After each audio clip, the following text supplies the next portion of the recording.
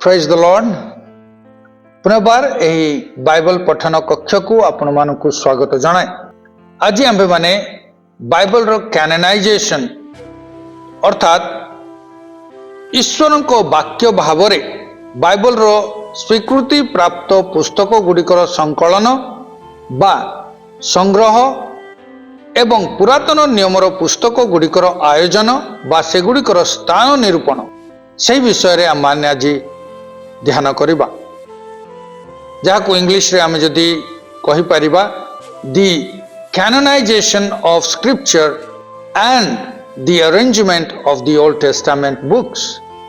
आज आंभ मानक हस्तरे थिबा बाइबल किपरि गोटिए पुस्तक हैला ताहाकु नै अनेक लोक आश्चर्य होंदे।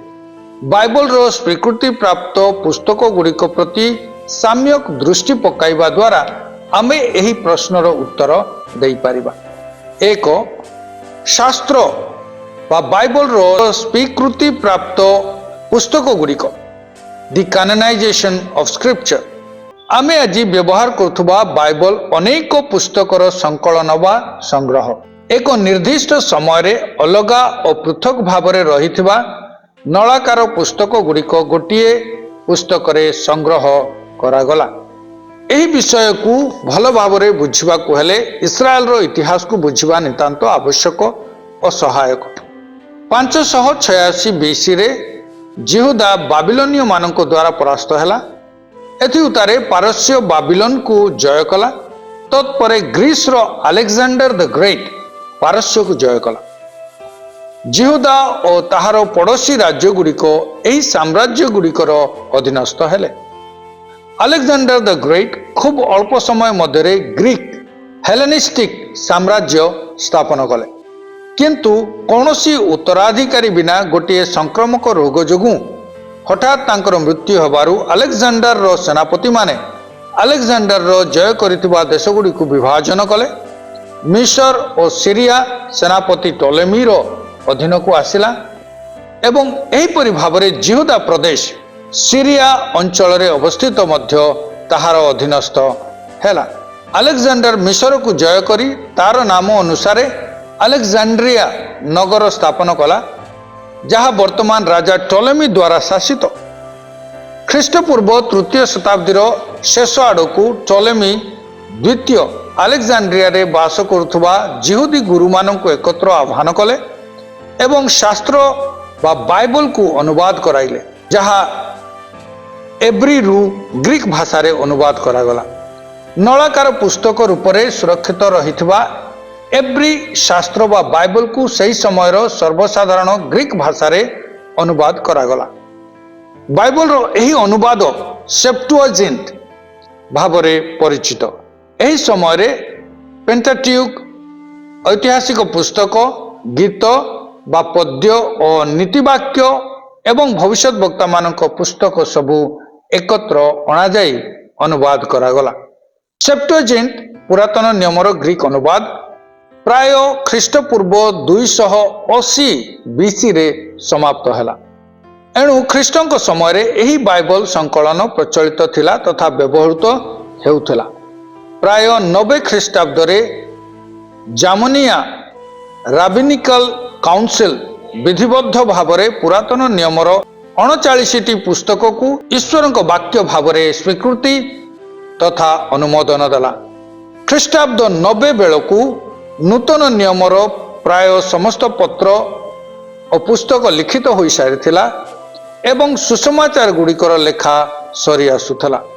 ख्रीष्टाब्द 397 रे कार्थेज रो काउंसिल नूतन नियमर 27 पुस्तकर कैनन को स्वीकृति बा अनुमोदन देला।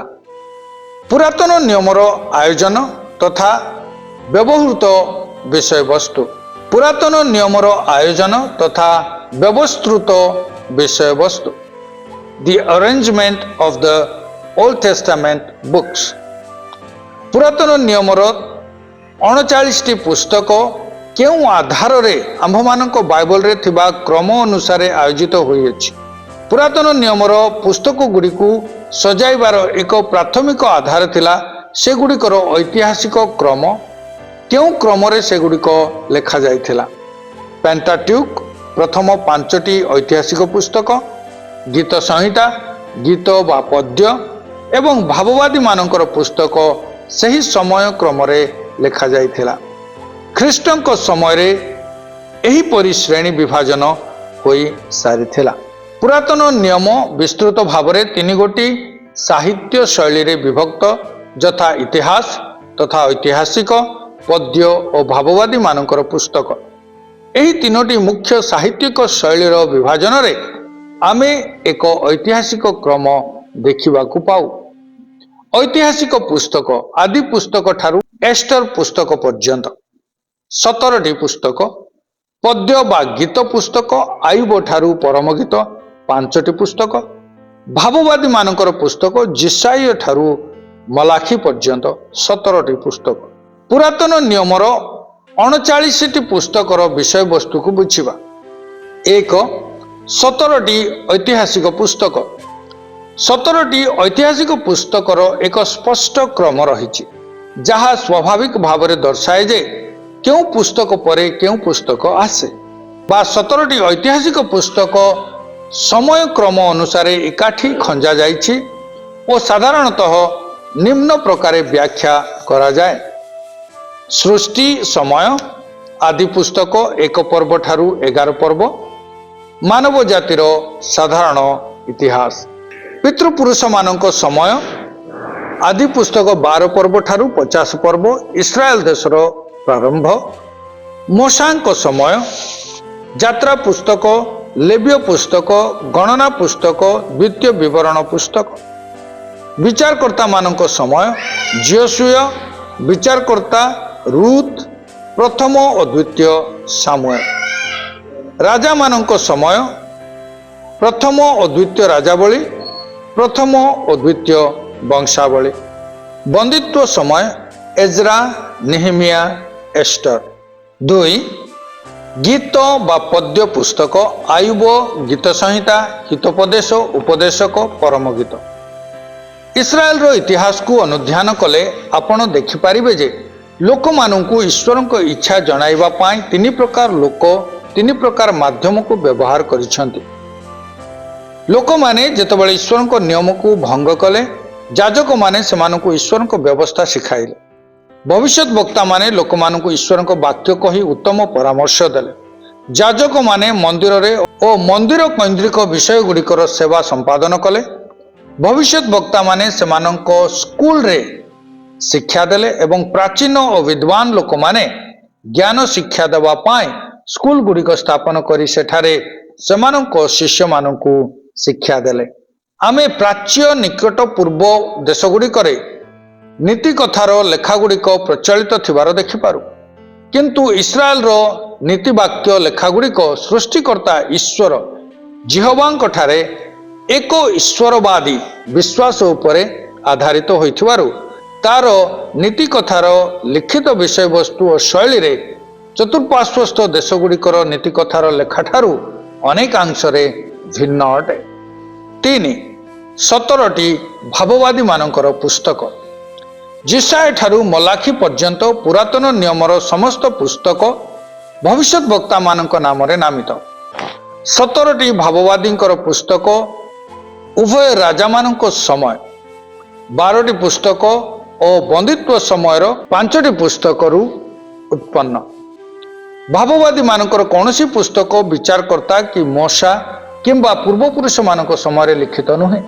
ଏହା ସ୍ୱାଭାବିକ ଭଳି ଲାଗେ, କିନ୍ତୁ ଭାବବାଦୀମାନଙ୍କର ପୁସ୍ତକକୁ ନିର୍ଦ୍ଦିଷ୍ଟ ଶ୍ରେଣୀଭୁକ୍ତ କରିବାକୁ ଚିନ୍ତା କରୁଛୁ ଯେତେବେଳେ ଏହାକୁ ବୁଝିବା ଅତ୍ୟନ୍ତ ଗୁରୁତ୍ୱପୂର୍ଣ୍ଣ ଅଟେ।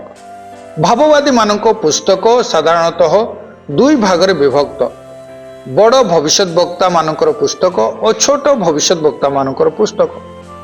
ବଡ଼ ଓ ଛୋଟ କହିବା ଦ୍ୱାରା ଆମେ ସେହି ପୁସ୍ତକ ଗୁଡ଼ିକର ଲେଖକ ଭବିଷ୍ୟତ ବକ୍ତାମାନଙ୍କ ମାନ ବା ପ୍ରତିଷ୍ଠାକୁ ସୂଚାଉନାହୁଁ, ବରଂ ସେହି ପୁସ୍ତକ ଗୁଡ଼ିକର ଆୟତନ ତଥା ଆକାରକୁ ସୂଚାଉଅଛୁ।